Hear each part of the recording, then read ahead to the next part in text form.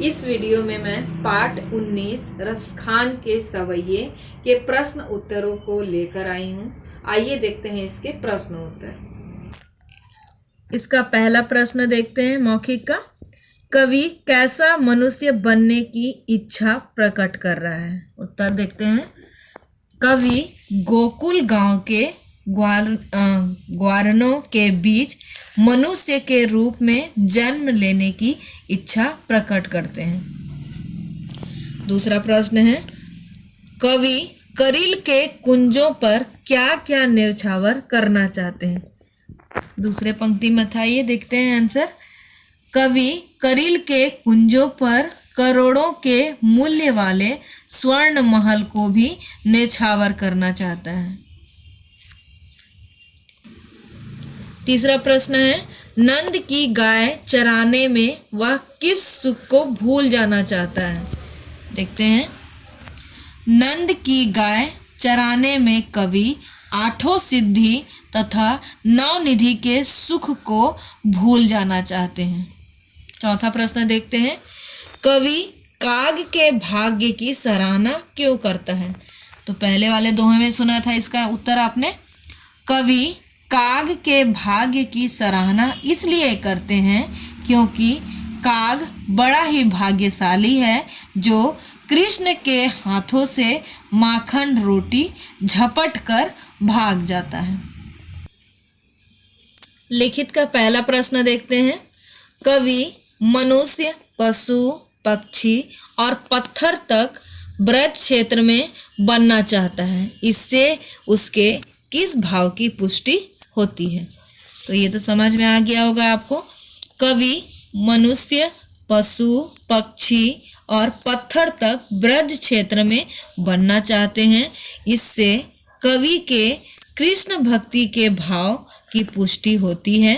कवि ने ब्रज के हर जगह पर कृष्ण की छवि को देखा है जो उनके लिए किसी भी सुख से ज़्यादा महत्वपूर्ण है। इसका दूसरा प्रश्न देखते हैं। कामदेव सौंदर्य के प्रतिरूप हैं परंतु कृष्ण के समान नहीं, क्यों?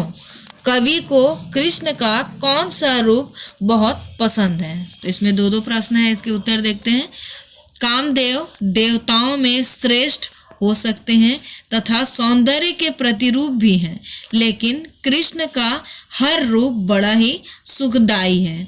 कवि को कृष्ण का बाल रूप, ग्वालों का रूप तथा कदम के पेड़ के नीचे मुरली वाले का रूप बहुत पसंद है। इसको आप और भी बढ़ाकर लिख सकते हैं। आगे देखते हैं। इसमें निम्नलिखित पंक्तियों का भाव स्पष्ट कीजिए। पाहन हो तो वही गिरी को जो कियो हरि छत्र पुरंदर धारण।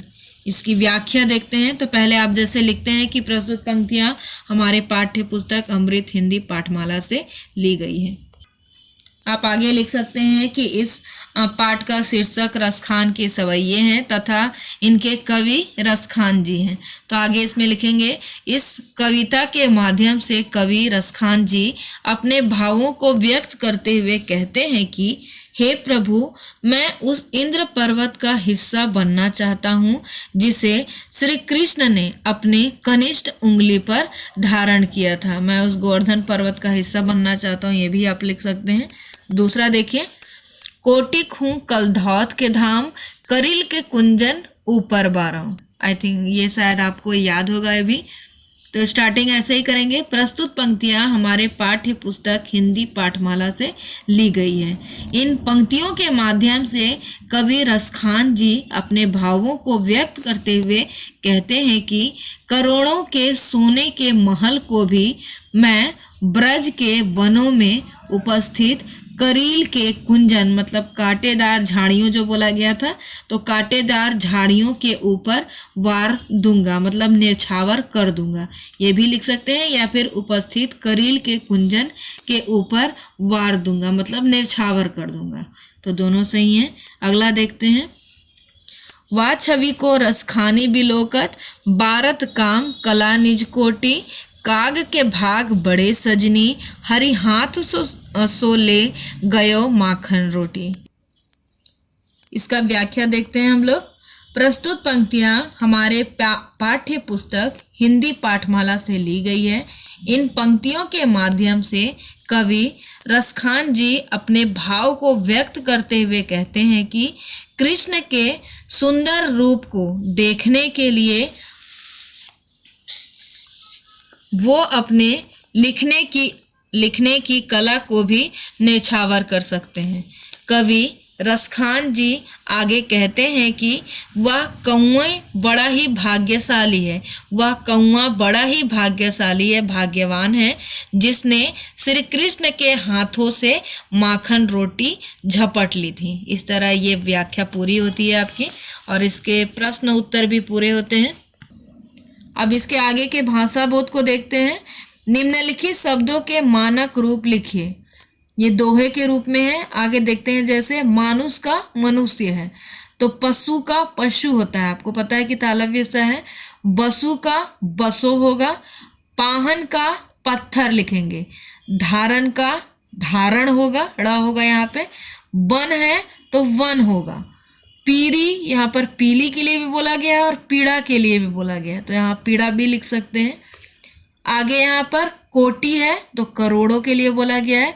छवि है तो यहाँ पर छवि होगा। यहाँ पर पीली ही लिखेंगे क्योंकि पाठ में पीली के लिए ही बोला गया है। समान तुक वाले शब्द लिखिए। जैसे बताया है, ग्वारन तो मझारन, डारव बिसारव, निहारव वारव, ये सारा आपको पाठ में मतलब कविता में मिल जाएगा।